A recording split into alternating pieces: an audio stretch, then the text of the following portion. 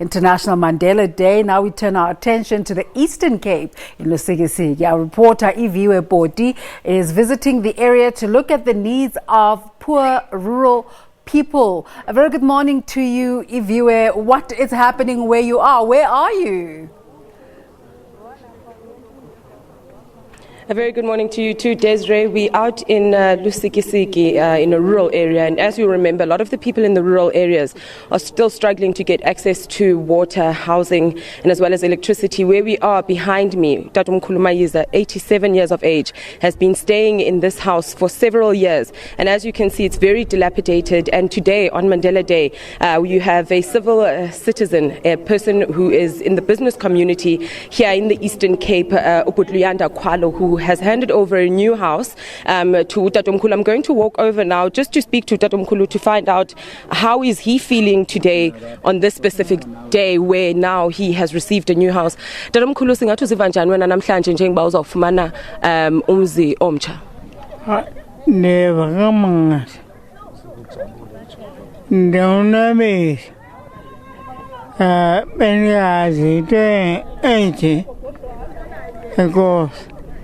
Singathi mhlawumbi bhuti wami njengosapho lwakhe kuzawuphucula njani ubomi njengoba ngoku utatomkhulu ezawufumana lo mzi umtsha ngakumbi ngale mini inkulu kubhiyozelwa utata uMandela? Mna ndiziva ndisolonwabeni olukhulu, ndibulela kwale nto zange ndayibona leyenzelwa utata. Ngo ndizohlala ubomi bam bonke ndizazi uba ndingumntu ebantwini, sihlale kakuhle notata apha ekhaya. Enkosi. Enkosi kakhulu, siyabulele. Well, there we have it, Utatomkhulu, as well as his son, saying that they've never seen something like this happen within their rural areas, and they really do appreciate it. And just highlighting, when you look at the Eastern Cape, majority of the Eastern Cape is made of those rural areas. And during the week, we were in the Qunu area as well, where a lot of community members were saying that Utata Mandela did a lot for them while he was still alive. He made sure that he was bringing services to them throughout the year, and they had hoped and wished that a lot of the community members, specifically in the business sector, would continue with that light of hope throughout the year, looking at some of the issues that they are facing. But throughout the day, we'll be bringing you more, and hopefully we'll get a chance to speak to Mr. Luyanda Kwalo as well, in terms of, the spirit of giving and what pushed him to come to the rural areas, specifically where he comes from, to benefit the people of this community. Iviwe, what a heartwarming story. Completely captures the spirit of Nelson Mandela Day, doesn't it?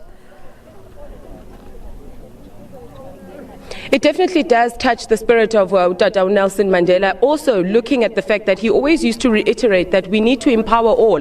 In fact, for us, as South Africa, to even look at going forward, and specifically those people in the rural communities whom are in disadvantaged areas, areas where there is lack of roads, areas where there is lack of water, areas where we find a lot of community members complaining about, service delivery coming to actually reach them within their remote areas. So this is, I think, an example of a community member who comes from the area in the Eastern Cape who wants to give back. And I guess it doesn't matter how big or how small it is that you are giving back, but it does definitely make a change in the lives of those who are definitely needy and who are living in poverty.